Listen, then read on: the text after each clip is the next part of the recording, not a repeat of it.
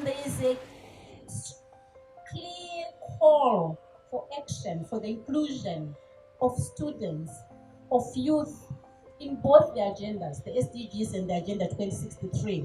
On my left is Musa, who is going to speak to us about that call, why it is important that the youth, that the students in institutions, that the youth should be involved in the SDG programs. What are these issues that you want to bring to the table, right? And what are recommendations that you have? Because some people, maybe exclusion is because you don't know how to include. You don't know what issues to look at for a specific group of people until you are made aware of that. So as students in tertiary institutions, as youth, right? Why is it important for you to be included? What are those issues and what recommendations do you have? All right, thank you so much. My name is Musa from Say What, an acronym for Students and Youth Working on Reproductive Health Action Team. So we are basically working with tertiary institutions in Zimbabwe. Those are universities, agricultural colleges, teachers' colleges, and vocational training centers, where we are addressing issues to do with sexual and reproductive health for young people. We also work with youth. So the question here is why the youth really? And I think that's one of the easiest questions we could possibly ever throw to someone, because the youth, the future, we are the people who are going to be there, she said, in the year 2063. Most of the adults, or most of the people that we have right now who are adults, let's face it, they're not going to be there come 2063.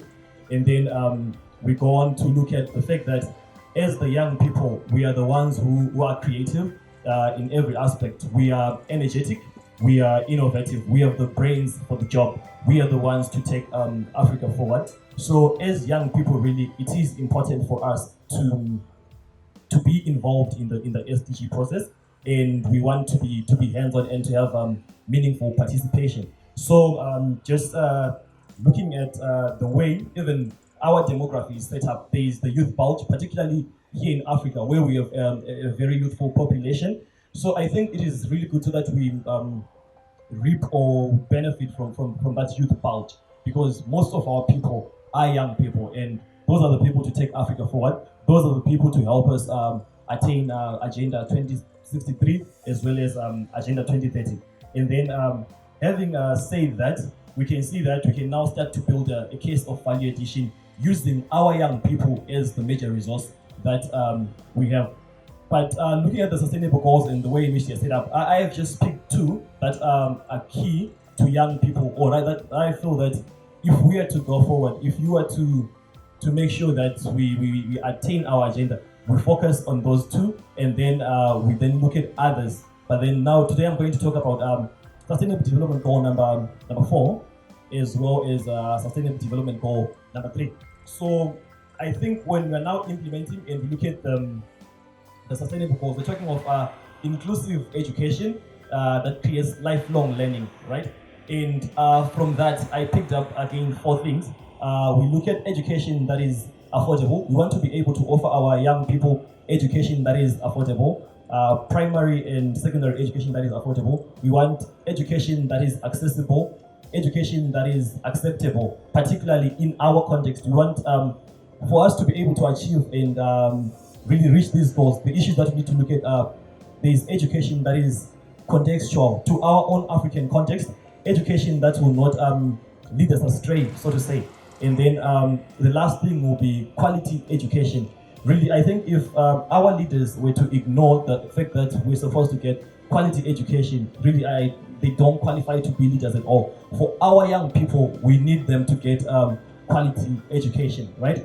And then having said that, we need to look at education is a partner with development. Let us not look at them in different light, but we need to look at them as things that work hand in hand, right? And then the other thing now I would like to also focus on the goal is that of health, good health and well-being. We appreciate that as young people across the continent, across everywhere, we need to have good health so that we can be able to implement these goals, because as the people, we need to be healthy. We need to have good mental health and whatever health needs that you may have. First of all, they need to be taken care of such that you are able then to go forward with your life, and then you get into the other fields. You can then focus on the environment. You can then focus on other things. But first of all, you have been a healthy person. So I feel we also need to give attention to that as young people. And then you see that our young people now, they are the major victims when it comes to the lack of provision of health services. Because look at the HIV prevalence rates, you look at the what you call it, the mobility rate, sorry, not mobility, sorry, the mortality rates.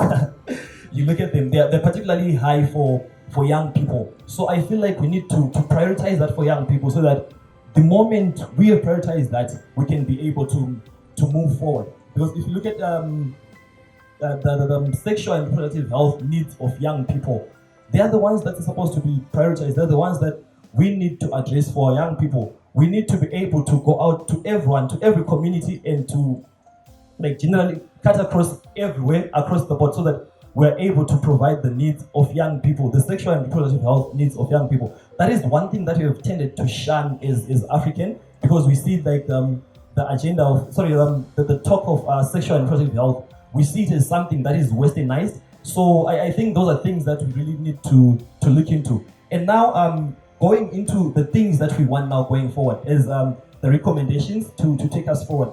Really, I would really appreciate that if we were to have compulsory and free education, primary and secondary education, so that we are able to equip our young people with skills that will take them forward, with skills that are going to be helpful for the development of Africa as a whole. And then we also need domestic funding of education, so that our young people get to learn, they get to be empowered. And then even if we look at also the provision of youth-friendly services that are tailor-made for our African situations. Those are the things that we need to take Africa forward. Those are the things that we need to make sure that we benefit as a people. So I think the long and short of it, as we get into the home stretch, the decade of implementation, where we're saying that we want a transformative and prosperous Africa, let us really ask ourselves, how are we getting there? Because and when we get there, what are the steps that are going to take to get there? So let us really think outside the box, or rather think without the box, so that we bring a transformative and prosperous future for our youth, first in tertiary institutions and the youth in general. Thank you.